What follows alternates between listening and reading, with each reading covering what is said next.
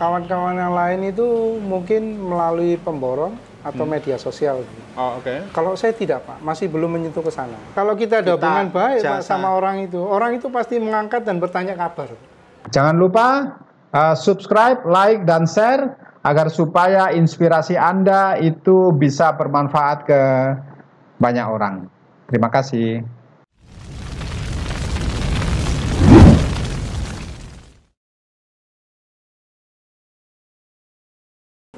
Halo, selamat siang. Berjumpa kembali dengan saya di channel podcast Bali Today. Seperti Anda tahu, channel podcast Bali Today adalah sebuah channel yang memberikan inspirasi untuk orang-orang yang ingin tumbuh dan berkembang.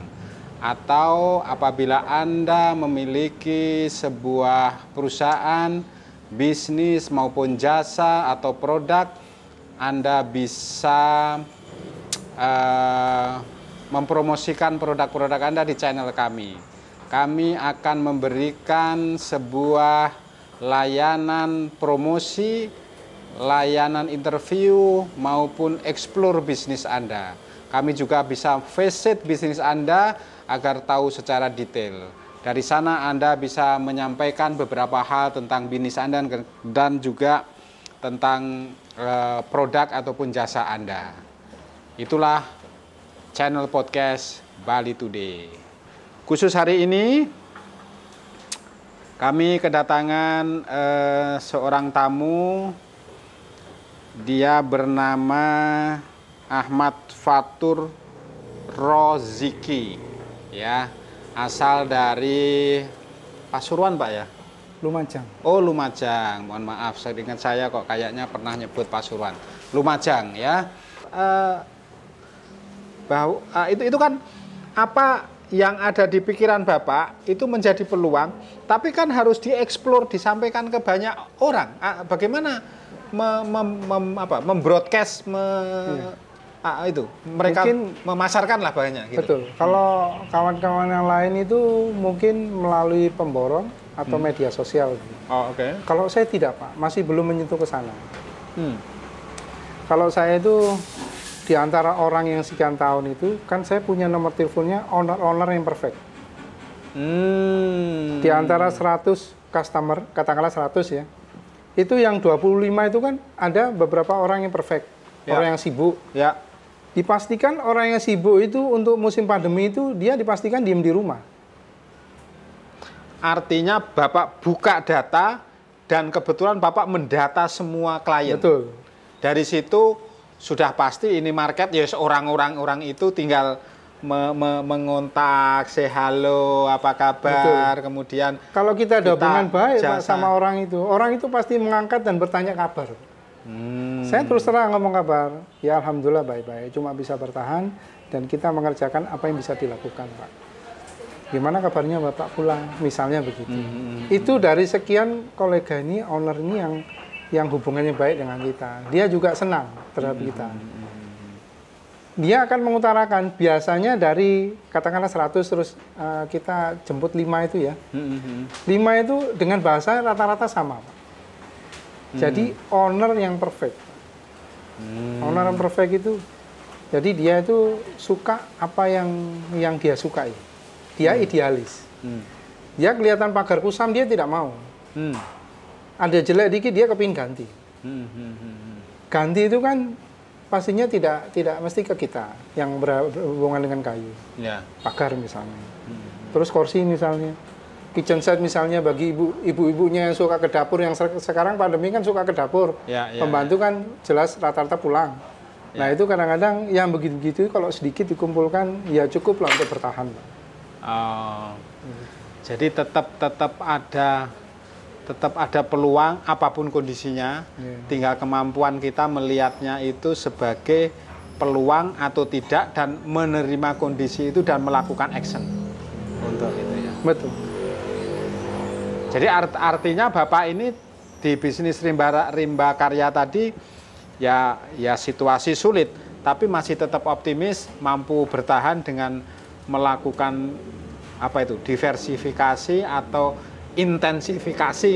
Nah, itu untuk melihat hal-hal yang masih bisa dilakukan, Pak ya. Betul. Ya, alhamdulillah Pak. Jadi kita harus optimis, Pak. Karena ini jangankan kejadian kita bersama saat ini, kejadian masalah kita pun itu harus optimis.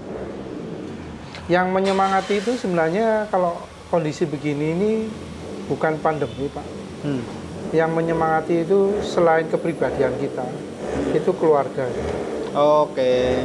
Ya. Makanya kita tidak hanya kita bekerja itu tidak hanya mencari diri kita sendiri, kita juga mencari untuk keluarga.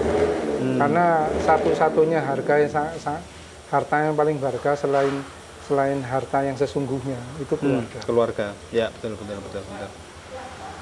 Itu spiritnya kita ada di keluarga, Pak. Ya. Spirit kita ada di keluarga. Okay. Tadi Bapak bilang tidak masuk sosial media. Kenapa, Pak? Apa itu tidak dilihat sebagai sebuah cara atau apa? Bapak ya mungkin bagaimana? Bagi orang yang pintar, Pak, terhadap itu, iya mungkin. Karena saya ini tidak pintar terhadap itu. Dan saya tidak bisa ini, Pak, membuat skema yang sekiranya menarik, kemudian tidak kita lakukan. Menghayal yang berlebihan, yang tidak kita lakukan itu saya tidak bisa, Pak. Jadi saya kalau di media sosial itu kadang-kala misalnya di grup begitu, saya punya jasa begini, nanti balik ke saya sendiri itu yang sekiranya kurang pede jadinya, Pak. Artinya Pak melakukan apa yang bisa dilakukan dengan segera tanpa sesuatu yang diangan-angan malah nanti nggak jalan gitu. Iya, nggak jalan. Selain itu kadang-kala kurang percaya diri lah, Pak. Kalaupun dengan cara begini, ada acara talkshow lah dari Pak Rudi begitu, ini kan ada orang membawai. Tapi kalau saya itu di garda depan untuk ngurusi di media sosial itu, saya kurang bisa. Oh, paham. Kurang bisa. Artinya sebenarnya bisa, tapi memerlukan atau harus ketemu orang yang pas untuk membantu. Nah, ketika itu bisa, ya sebenarnya jalan juga sih. Gitu. Ya mungkin begitulah, Pak. Ya. Bisa, Pak, itu nyari orang yang pinter, bayar berapa, beres itu, Pak. Karena kalau Bapak kan bidangnya di bidang kayu, nah, nanti juga ada yang ahlinya di sana. Kita tidak mungkin menguasai semua bidang, artinya tinggal itu sebuah pilihan. Tapi saya pikir bagus bahwa melihat kemampuan kita itu sampai di mana, dan realistis, kemudian menerapkannya daripada membayang-bayangkan tapi tidak pernah melakukan. Betul. Nah, malah nanti ya omong kosong jadi. Ya, luar biasa.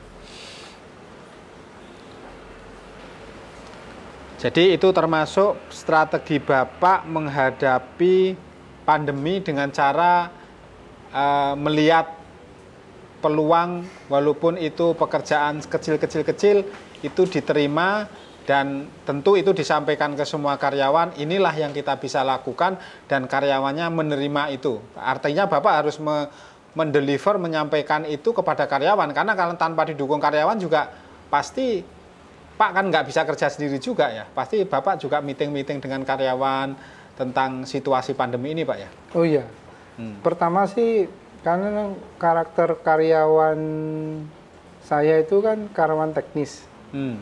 Artinya yang harus kita pahami itu kalau karyawan bidang jasa itu kan sisi keilmuan akademisi yang berlaku. Ya. Kalau di bisnis saya ini karyawan profesional tapi bukan di akademisi, tapi di teknisi.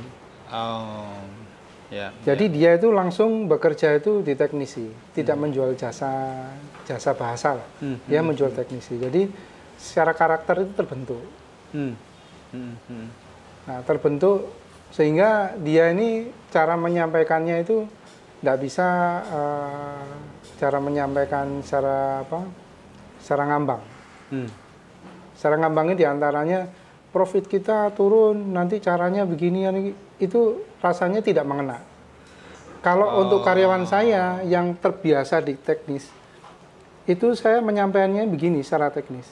Sekarang konsumen yang kita hadapi itu bukan lagi rata-rata bukan lagi pembuatan pintu sama kusen. Jadi borongan yang mengharapkan kusen tanpa pintu, dia pendapatannya dari borongan. Itu kita coba kita alihkan. Yang penting kita mampu bertahan dengan keadaan ini. Misalnya kita harus servis. Servis misal pintu atau kusen, jadi jasa servis. Jadi tidak harus mengharap jasa besar, borongan besar, harus menerima. Jadi penyampaian saya terhadap karyawan itu sifatnya teknis. Jadi tidak lebih ke pragmatis, bahasanya gampang, real, langsung dicerna mudah gitu ya. Betul ya. Oke. Mau tidak mau harus nerima, gitu. Dengan kondisi ini. Ya ada beberapa yang tidak mau, tapi setelah dikasih pengertian teman, akhirnya mau. Karena mungkin penyampaian saya kurang lengkap, karena hati orang kan berbeda-beda mungkin, terbawa perasaan mungkin. Masih ego, penyampaian mau menerima yang lebih besar. Nggak realistis lah gitu ya. Atau penyampaian saya kurang bagus lah diterima. Nah, sebelumnya tidak menerima, tapi dia nanya ke teman, akhirnya tahu dengan sendirinya kan itu, akhirnya menerima. Karena kan itu Pak juga nggak bohong. Justru ini kan usaha untuk menyelamatkan. Betul. Bukan untuk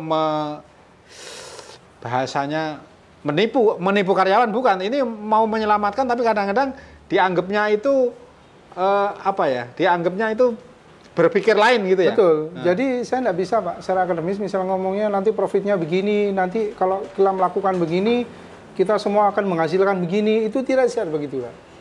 Saya menyampaikan itu teknis. Jadi sekiranya dia pahami dengan kondisi ini, ditanya kapan, ditanya berapa, itu saya tidak berani menjawab. Dan tidak berani menjawab saya itu harus dipahami sama karyawan. Misalnya kondisi pandemi kayak begini, saya tidak tahu sampai kapan. Yang penting kita mampu bertahan. Artinya sampai kapan nggak tahu, tapi apa yang kita bisa lakukan itu yang harus dipikir. Terus dia balik bertanya, kira-kira saya borongan ini berapa? Saya juga tidak bisa jawab, tapi saya bisa ngasih gambaran. Kalau ini kita mentarkan diri. Di saat orang nyervis sama buat itu berbeda. Orang nyervis itu, nyervis suatu barang itu mengharapkan itu barangnya tetap dipakai dan secara ekonomis dia tidak mengeluarkan uang yang banyak. Itu harus dipahami. Jadi tidak bisa mengharapkan nyervis ini ongkosnya berapa, sekian itu tidak bisa lagi. Jadi ketika dia bertanya, kira-kira borongan dan ongkosnya berapa, saya tidak bisa menjawab. Mau tidak mau, suka tidak suka, itu harus kita terima dengan lapang dada. Kalau tidak bisa, ya bagaimana lagi. Tapi selama ini karyawan saya ini yang kerja dengan saya, itu alhamdulillah menerima. Yang penting kita menyampaikan dengan mudah dipahami, dan kita tidak mengada-ada.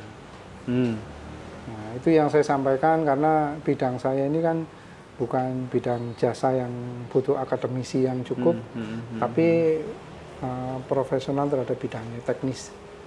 Kalau bidang kayu, ya mungkin profesional di kayu. Gitu. Dan sudah 20 tahun artinya kan mereka juga memahami karakter daripada Pak Fatur sendiri. Ya, alhamdulillah. Tidak bukan anak kemarin sore yang baru 2 bulan, 3 bulan, 20 tahun. Artinya kan kadang-kadang udah pandemi pun banyak orang yang belum tentu menerima. Masih gaya hidupnya kadang-kadang juga nggak berubah. Udah pandemi, penghasilan akhirnya betul-betul nyungsep betulan. Itu yang kadang-kadang kemampuan untuk beradaptasi dengan perubahan itu yang harus, itu sebuah jenius. Ada AQ, ada EQ, mungkin ada kejeniusan menerima perubahan dan beradaptasi dengan perubahan. Itu jenius nomor jenis apa gitu lah mungkin. Iya Pak. Ya kalau kita ini terjun bidang teknis itu memang ada kalanya kita ini serem Pak. Serem apabila ada sesuatu yang mengganjal berlebihan. Kita serem karena itu prinsip. Baru kita mencoba serem. Kadang-kala kita jenaka di saat sesuatunya itu membuat kita itu tenang. Kadang kita jenaka di antara teman. Kadang juga kita ini mencoba serius karena memang itu ada hubungannya dengan angka. Biar perubahan itu tetap statusnya sama. Nah, itu dah kadang-kadang kita itu memposisikan seperti itu. Kalau saya secara kepribadian itu saya bukan orang jenius Pak, tapi saya coba belajar itu dari teman-teman. Saya juga banyak juga kan belajar dari Pak Rudi. Ya, ya, sama-sama. Ya, jadi kemampuan beradaptasi itu adalah sebuah nikmat yang harus disyukuri, karena kadang-kadang orang habis menjabat lupa kalau sudah pensiun. Orang sudah pandemi lupa, dipikirnya kok keadaan masih aman-aman saja kan. Iya, nah, itu yang kadang-kadang agak beberapa mungkin, tapi bersyukur Pak Fatur ini mampu melihat sebuah perubahan itu tidak harus didolimi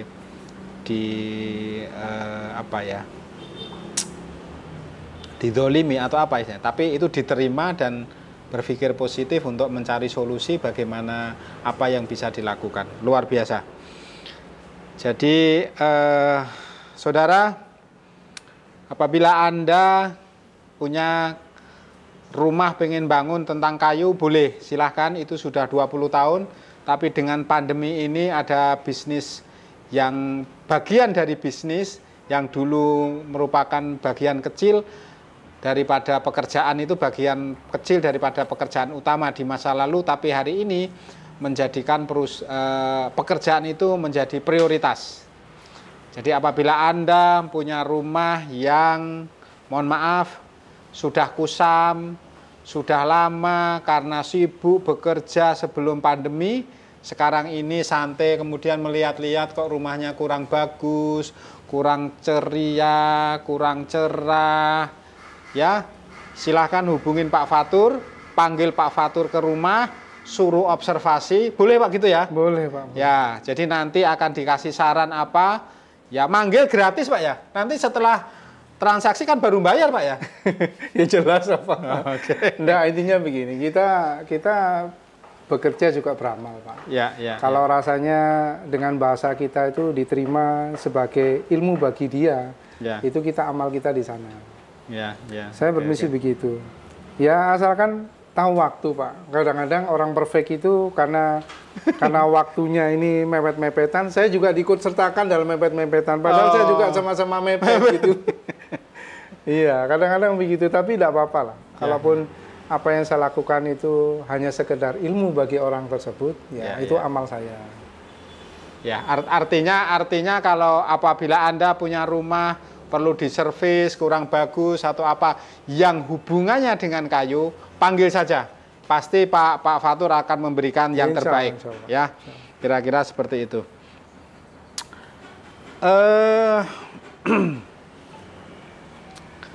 Sepertinya ini sudah banyak sekali tadi, banyak sekali hal-hal yang saya sudah dapatkan dari Pak Fatur, dan Pak Fatur dengan senang hati memberikan,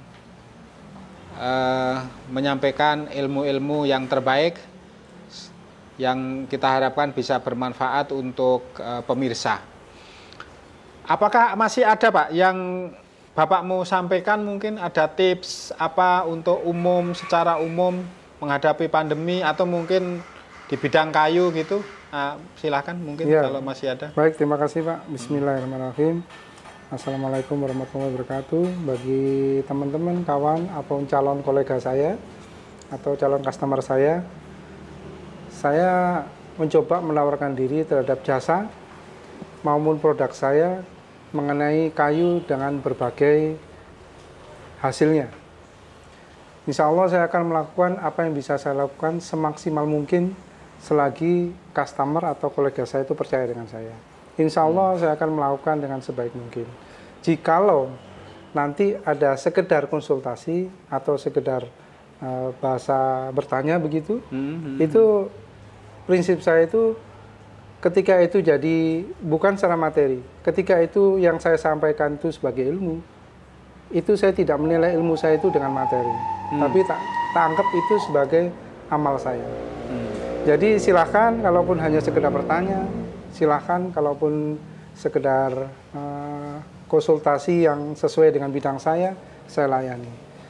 Dan bisnis saya kali ini, insya Allah saya mencoba bisnis kayu yang sekiranya bisa bermanfaat dan sekiranya jadi baik bagi seluruhnya.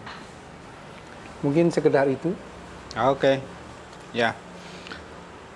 Jadi saya rangkum, apabila Anda memerlukan jasa dari Pak Fatur, silahkan hubungi nomor telepon 0819384412. Apabila Anda, bisnis Anda, jasa Anda pengen dieksplor, seperti tadi bincang-bincang dengan Pak Fatur, silahkan hubungi kami podcast di nomor 081 8346 584 081 8346 584. Kami berikan interview secara gratis, kami berikan atau kami datangi usaha Anda dan kami akan eksplor secara gratis. Kenapa begitu? Karena kami punya prinsip bahwa tidak semua itu harus berupa uang. Kadang-kadang kita harus beramal. Jadi di masa pandemi sekarang ini kami pengen berkontribusi, memberikan layanan gratis agar supaya bisnis ini tetap tumbuh, bisnis ini tetap berkembang, bisa bertahan hidup di kala pandemi. Itu misi kami dari podcast Bali Today, agar supaya bisa membantu orang, dan dengan cara kayak gini, ini yang saya bisa lakukan. Semoga podcast Bali Today bisa membantu bisnis Anda untuk bertahan di masa pandemi atau sukses di masa datang. Saya pikir cukup dari saya, tapi menurut saya sepertinya nanti lain kali masih banyak hal yang saya mau eksplor dari Pak Fatur, misalnya bagaimana menentukan kualitas kayu yang bagus, bagaimana mengetahui jenis-jenis kayu, bagaimana mengetahui kualitas kerja yang bagus, yang semua itu ada di bisnisnya Pak Fatur. Mungkin nanti lain kali saya juga pengen melihat bagaimana gudangnya, kantornya Pak Fatur, agar supaya customer bisa lebih mudah, karena dengan melihat secara langsung, kalau ini tadi ngobrol, nanti bisa melihat langsung dan sebagainya. Minta tolong nanti Pak Fatur bisa jelaskan kepada kami, yang tentunya untuk pemirsa, dan dari situ pemirsa yakin bahwa kualitas Pak Fatur adalah yang terbaik, memberikan yang terbaik. Ada bukti nyata yang bisa ditunjukkan ke customer. Begitu Pak Fatur? Insya Allah. Bisa ya? Nanti bisa. mungkin lain waktu kita setting lagi. Semoga umur kita masih diberikan umur panjang, Pak Fatur sehat, bisa ketemu lagi, tim saya juga sehat, nanti kita bisa ke sana. Bagaimana bro? Lain kali kita visit, setuju ya? Siap ya? Oke, ya. Tim kami juga udah siap. Kami pengen berkontribusi untuk memberikan yang terbaik untuk masyarakat Bali dan Indonesia. Mohon dukungannya. Dengan cara apa? Subscribe, like, share, dan komen. Ya, lakukan itu udah cukup bagi kami. Ya, itu adalah bagi kami agar supaya banyak orang lebih banyak orang bisa menerima manfaat daripada diskusi ini. Demikian, salam sehat dan sukses selalu dari podcast Bali Today.